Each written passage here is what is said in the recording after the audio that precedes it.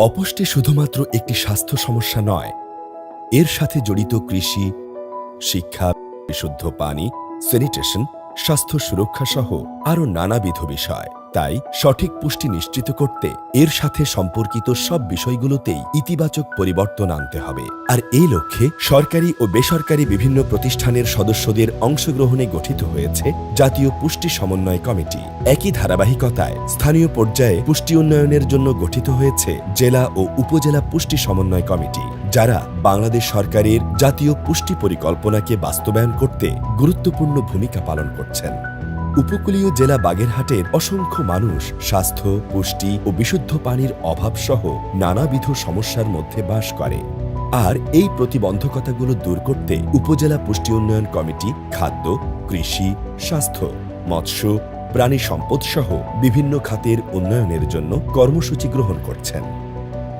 এর মধ্যে রয়েছে কাজের বিনিময়ে খাদ্য কর্মসূচি, মাতৃত্বকালীন ভাতা, গর্ভবতী ও প্রসূতি মা এবং শিশুকে নিরাপত্তা বেষ্টনীর আওতায় আনাসহ আরও নানা কর্মসূচি।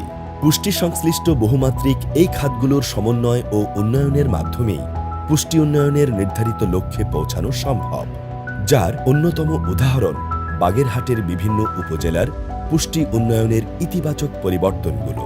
বিভিন্ন সরকারি অধিদপ্তর, স্থানীয় সরকার, গবেষণা প্রতিষ্ঠান, উন্নয়ন সংস্থা, সুশীল সমাজসহ আরও অনেক স্টেক হোল্ডার এই উপজেলা পুষ্টি সমন্বয় কমিটির সদস্য। আমাদের এখানে একটি পুষ্টি পরিকল্পনা করা হয় প্রতি বছরের জন্য, যেটা একেবারে ইউনিয়ন পর্যায় হতে আমাদের একেবারে উপজেলায় পর্যায় পর্যন্ত আসে। প্রথমে ইউনিয়ন পর্যায়ে আমাদের উন্নয়ন কমিটি আছে, সেই কমিটি তারা ওই ইউনিয়নের জন্য তারা বসে একটি পুষ্টি পরিকল্পনা তৈরি করে।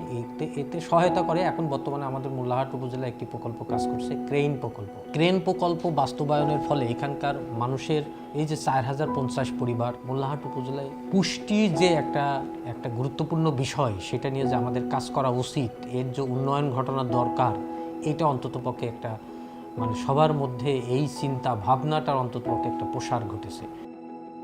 চেয়ারম্যান, মেম্বার ও বিভিন্ন জনপ্রতিনিধি নিয়ে আমরা একসাথে বসে পুষ্টির বিভিন্ন বিষয় নিয়ে মিটিং করি এবং সেই মিটিংয়ে আমরা বিভিন্ন পুষ্টির বিষয়ে পরিকল্পনা করি এবং পরিকল্পনাগুলো যেন বাস্তবায়ন হয় সেদিকে আমরা নজরদারি করি।